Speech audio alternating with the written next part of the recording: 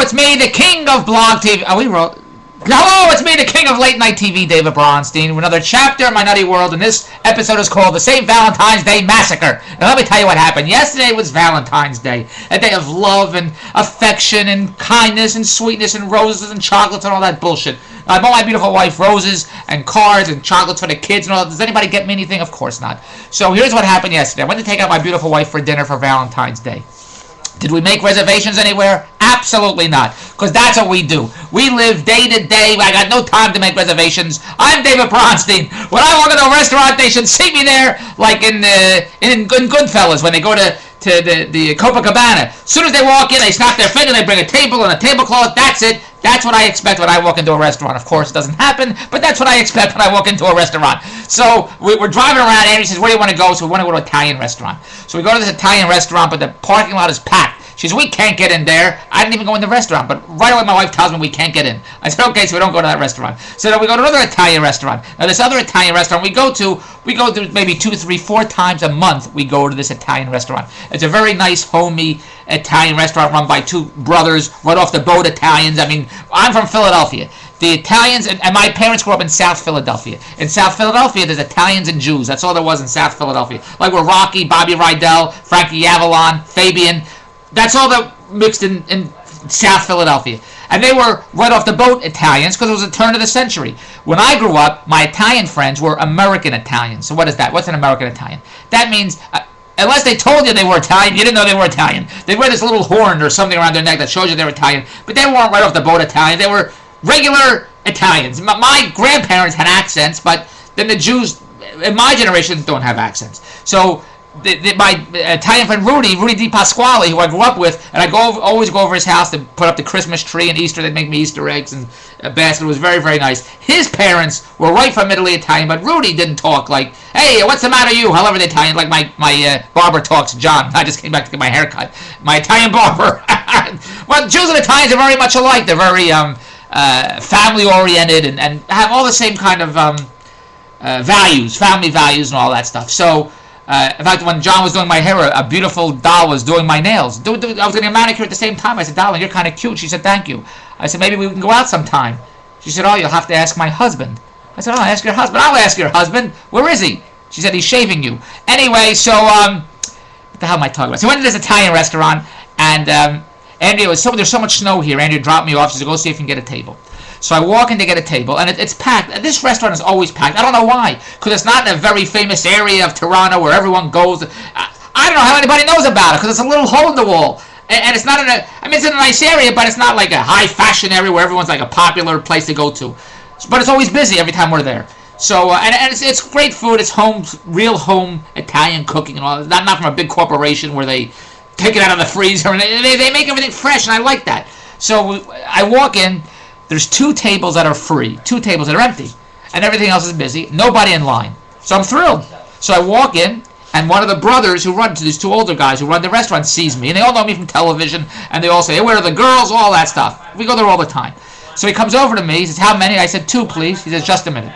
So I said, "Look, I'm going to go get the park the car. I'll be right back." He says, "Okay." Now he didn't say, "Oh, I'm sorry. Do you have a reservation? Oh, we're so booked up. Oh, I'd love to give you one of these tables here, but I can't because they're reserved." He didn't say any of those things. He said, "Just a minute." And it was going like to clean off a table or something for me. But I said, "I have to go park the car. Because God forbid my wife should park the car and walk by herself because she thinks we live in Harlem." Anyway, so I walk outside. As I walk outside, and there's nothing wrong with Harlem. As we walk outside, a bunch of cars are coming and pulling up in front of the restaurant. And the wives are getting out of the cars going into the restaurant. So I said to Andrea when I walked into the car, "This is going to be a curb your enthusiasm moment. That's what's going to happen." She said, "Why?" I said, "Because I walked in, there's no line. There's 2 tables that are empty." I said, "I need a table for 2. He said, "Okay, just a minute." And I said, "I'm going to have to get the car." As I walk out now, people are coming in. He's going to give these people those tables, and we're not going to have a table. And everybody said, "Why would he do that? Did he tell you he's going to give you a table?" I said, "Yeah." He said, "Just a minute." She says, "Well, then you should have a table." I said, "Okay, watch. This is going to be a Curb Your Enthusiasm show." So we go to park the car. We walk into the restaurant. Now there's a line. But I don't wait in line because I'm a Jew. So I walk past the line, and I go to the kitchen. And I'm sitting outside by the kitchen, and I'm waiting for this brother to come out so I could tell him, where's my table? Like Jackie Mason says when a Jew walks into a delicatessen, he goes, where's my table? He says, a Gentile will walk in, he'll see a line, he'll stand there, he'll wait, doesn't get, not a Jew. He walks, where's my table? This table. You think this is a table good enough for me? It's too close to the window, it's too far from the air conditioner, it's too close to the toilet. We're always complaining about something. It's true, the Jews always complain about something. He says that Gentiles will ski, run, jump, bang into the wall, skydive, basketball. They can't get enough all day. They're running, going, doing. They can't get enough. They're full of energy. Give me more, give me more.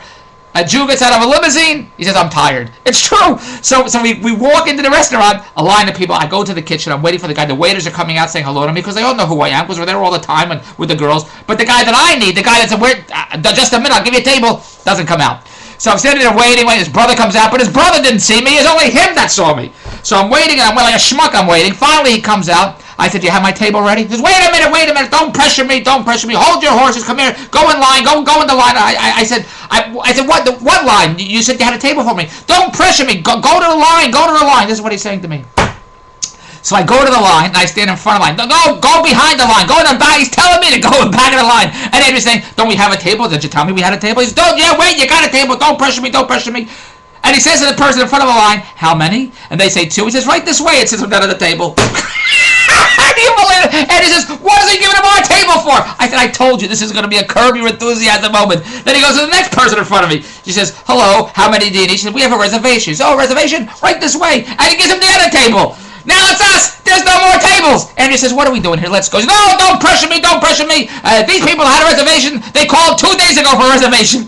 He didn't even ask their name. He didn't have a book. Hello, what's your name? Nothing. They said, we have reservations. Reservation, come this way. That's it. I should have said I had a reservation. I would have sat down. But when I got there was 2 tables empty and no line. And if I didn't leave, because God forbid my wife thinks we live in Skid Row, that she's afraid to walk from the parking lot to the restaurant about 6 inches or 1 foot from the parking lot to the car, God forbid she should do that, we would have had a table. But now we don't have a table. And the guy saying, wait, don't pressure me, you'll get a table, See those people sitting by the window? That's your table. Except the people sitting by the window are sitting by the window! They're sitting there eating! So I gotta wait for them to finish? So he just forget it, I'm not waiting, we leave. Now this is on Valentine's. Is this a nice Valentine's Day? So we leave this Italian restaurant. Do you think we're going to go back to this Italian restaurant? And he says, it's not like we're new customers and never saw us. We're there all the time. But I try to explain to them, these are 2 old Italian guys. They don't know what the hell's going on. It's not like a big corporation of nice, young kids where you can complain to somebody. Who are you going to complain to? This is the owner. Him and his brother own it. And they speak broken English. I don't know if they understand English. It's a nice, homey, family restaurant place. Who are you going to complain to? It's not like you write a letter to the Hilton or the Sheraton like I had to the Mr. Sheraton or Mr. Marriott, whatever the hell it is. It's them, and they don't understand whatever the hell they don't understand. They see customers coming. All right, sit down. That's all they know. Just because I was there and I said, hi, I got to park the car. As soon as I left, they'll take the next customer to sit at the table. They don't think, oh, I promised it to David Bronstein. That's his table. They don't think like that. Oh, the next couple people are coming. Go sit. That's the way it is. What am I going to do?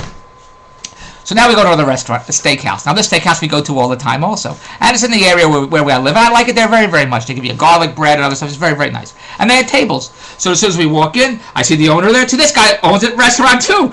And we walk in, he says, I'd like to have a table, please. He says, right this way. And he seats me by the door. Now it's freezing outside, by the door, by the window. And I said, Andy, are you going to be too cold? She's too cold. Are you kidding? I'm sweating all the time. Sweating. I'm sweating. I'm hot. I'm sweating to the old days. I'm always hot, sweating, hot. My wife thinks she's going through menopause. That's what she thinks. You know that show, Menopause Out Loud? That's my wife. They wrote it for her. Because every 2 minutes she's hollering, I'm going through menopause, I'm hot. So she doesn't mind sitting next to the door, even though it's 25 degrees below zero. And a polar bear couldn't sit by that door. That's how cold it was there. But my wife has to sit there because she's schwitzing. She's schwitzing all day, schwitzing. So, I want to tell you a story about, one time I went into a sauna with a friend of mine who wanted to go for a schwitz at a steam bath. So I went to the steam bath place, and it was packed with guys, but I couldn't get in there. The only place that was open available was the ladies' steam bath, but I can't go into a ladies' steam bath. So I took a towel and I put it on top of my head, and I took another towel, I wrapped it around. I figured no one's going to notice anyway. So I go into the steam bath where the ladies are, and I'm sitting there, and one lady looks at me and says, "Excuse me, miss, are you going to have a baby?" So I figured I better play along. I said, "Well, yes I am. Why?" She said, "Well, you better get over to the hospital because the foot's coming out." Anyway, so what are you laughing at? So, you never heard that joke? So she's sitting there, and I order a steak. And he said, "How are the ribs?" I said, "The ribs are supposed to be